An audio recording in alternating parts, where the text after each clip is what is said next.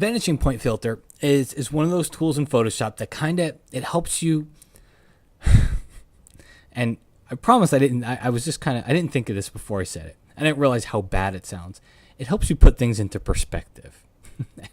I wasn't trying to say it that way, but it does help you put things into perspective. Not the way you think, but it helps you put Photoshop things into perspective. So I want to kind of show you one of the uses for a filter like this. So I have some text here. I want to put this text into the perspective of this kind of warping light hole that we have here. All right. So a couple of tips before you even go into Vanishing Point. The first one is when you have something that you want to use in Vanishing Point, you have to copy it. So we go to select all, and don't forget, I'm clicking on the layer with the text here. Okay, not this layer. I want to select all on this layer, and then I want to copy. All right, so now I've just copied the text and basically transparency, which is all around it. I haven't copied the actual image because this is the layer that was selected. So I've copied it. Next thing is turn that layer off, because if you leave it on, you're going to see it in Vanishing Point, and it's going to be a pain to kind of maneuver around with. Then finally, create a blank layer. If you're ever going to work with another object like we're going to paste this text in Vanishing Point, put it onto another layer. You'll see why that comes in handy in just a second here. So now we go over to the filter menu. We come down here to Vanishing Point.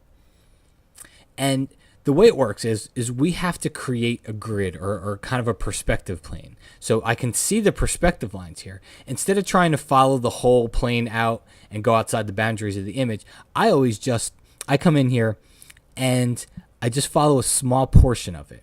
All right, I'll stop inside of the actual image, and then I'll click over here, and you essentially want to drag 4 points out. So I'll kind of, you can see when the line isn't straight. So I want to keep the line as straight as possible. Okay, and I'm going to come over and click over on this side, and then finally I close up the plane right down here. So now I have a plane.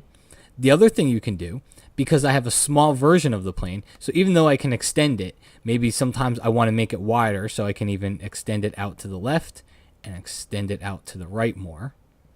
And then I pull this bottom one, and now the plane takes up this whole area, but I didn't have to create. Look at what I had to do, or would have had to do if I created the plane by following the lines. I would have clicked there, would have to click way out here. It would have been a pain to try to measure as I was doing it. Okay, so now that I have this perspective plane, just paste Command or Control V, and you paste your text in, and then just click on it and move it. As soon as you move it over the perspective plane, it snaps into place.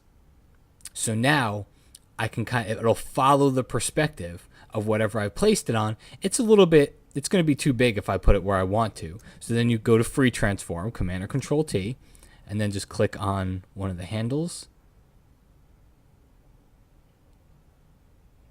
like so. And then I can move it again. I think it's still too big. There we go. So now, watch. I can make this vanish all the way into the distance, or I can pull it out closer, and it's going to follow the perspective of this whole light wormhole kind of thing that the image has going on with it. It's going to follow that perspective. It's going to look like it's right on top of it. When you're done, click OK. And what you're going to see is where one of the tips that we did before comes in handy. Remember we created a blank layer? Well, it's pasted that text onto that blank layer. So I already had a drop shadow on it before, but if I want to put another one, I can double click and I can add a drop shadow to it. I can do all kinds of different things. I can kind of raise it up, the drop shadow up if I wanted to, but I can do all kinds of different things that I couldn't do had I clicked on this layer going into Vanishing Point, because it would have pasted it right on top of the image itself. I would have never had access to the text itself, so I never would have been able to change it without changing the whole entire image. So pretty powerful little filter. Lots of things that you can do for perspective in Photoshop. In fact, if you're working with perspective, this is the tool that you want to be in.